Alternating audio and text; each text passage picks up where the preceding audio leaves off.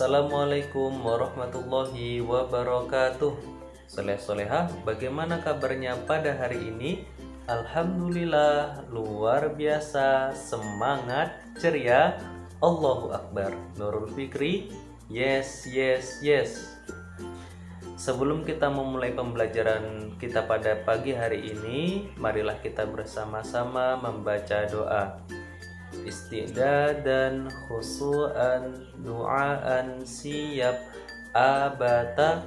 Bismillahirrahmanirrahim. Rabbi zidni ilma warzuqni fahma. Amin ya rabbal alamin. Alhamdulillah, semoga dengan pembacaan doa tadi, pembelajaran kita pada hari ini berjalan dengan lancar dan kita semua diberikan Allah Subhanahu wa Ta'ala ilmu yang bermanfaat. Amin ya rabbal alamin.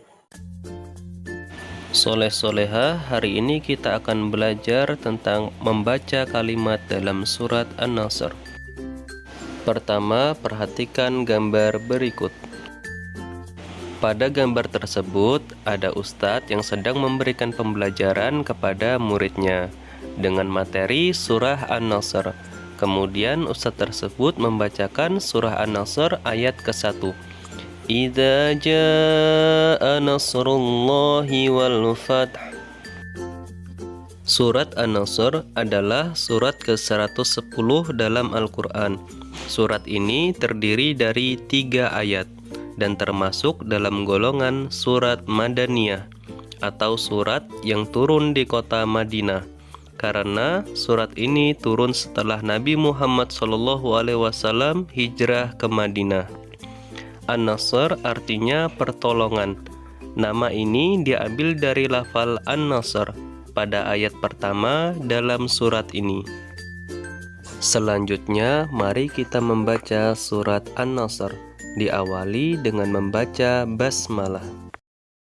Bismillahirrahmanirrahim. Coba soleh-solehah bisa ditirukan, perhatikan panjang dan pendeknya. Bismillahirrahmanirrahim. Kita lanjut pada ayat pertama, cermati dulu tulisannya.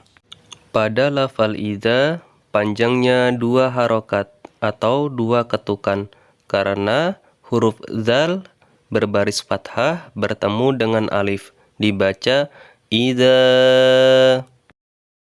Kemudian pada huruf jim, panjangnya 5 harokat atau 5 ketukan, dibaca jaa. Mari soleh-solehah kita baca 1 ayat penuh. Idza jaa nasrullahi wal fath. Coba ditirukan soleh-solehah di rumah. Idza jaa nasrullahi wal fath. Pada lafal tersebut dibaca ai, bukan ai. Kemudian huruf kha terletak di pangkal tenggorokan. Kha yadkhuluna. Mari soleh-solehah kita baca 1 ayat penuh. Wa ra'aitan nasa yadkhuluna fi dinillahi afwaja. Lanjut ayat yang ketiga. Huruf yang bertasydid dibaca rangkap, ditekan, tidak ditahan. Fasabbih, kemudian Rabbika. Mari soleh-solehah kita baca 1 ayat penuh.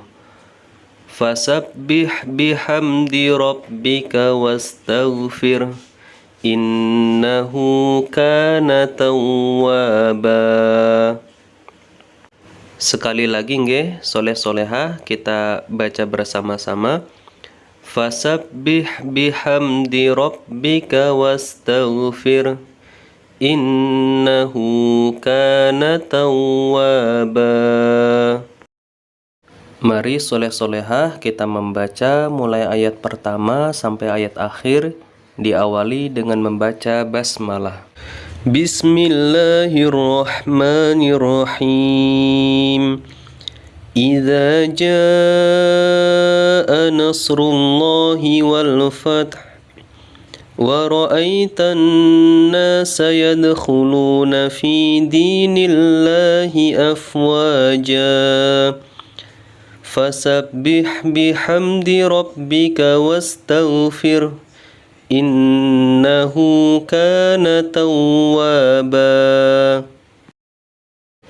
Alhamdulillahirabbil alamin. Semoga soleh dan solehah sudah bisa membaca sendiri surah An-Nasr dari ayat per ayat. Amin ya rabbal alamin. Setelah soleh dan solehah sudah bisa membaca surat An-Nasr, sekarang kita lanjut menghafal surat An-Nasr. Mengapa kita harus menghafal surat An-Nasr? Karena hafalan surat An-Nasr dapat digunakan dalam bacaan sholat. Kamu dapat membaca surat An-Nasr setelah bacaan Al-Fatihah dalam sholat. Lalu, bagaimana cara menghafalkan surat An-Nasr? Caranya sangat mudah, yaitu melafalkan secara berulang ayat per ayat hingga hafal. Jadi, soleh-solehah menghafalkan ayat pertama terlebih dahulu dengan membaca berulang kali. Setelah ayat pertama hafal, dilanjutkan ayat yang kedua dibaca berulang kali sampai hafal. Begitu juga pada ayat yang ketiga. Atau bisa juga dengan mendengarkan pelafalan orang tua soleh dan solehah atau teman-teman soleh solehah. Demikianlah pembelajaran kita pada hari ini. Semoga kita bisa mengamalkannya dalam kehidupan sehari-hari. Ustadz akhiri dengan membaca doa kafaratul majelis. Abata Bismillahirrahmanirrahim. Subhanakallahumma wa bihamdika ashhadu an la ilaha illa anta astaghfiruka wa atubu ilaik. Walhamdulillahi rabbil alamin.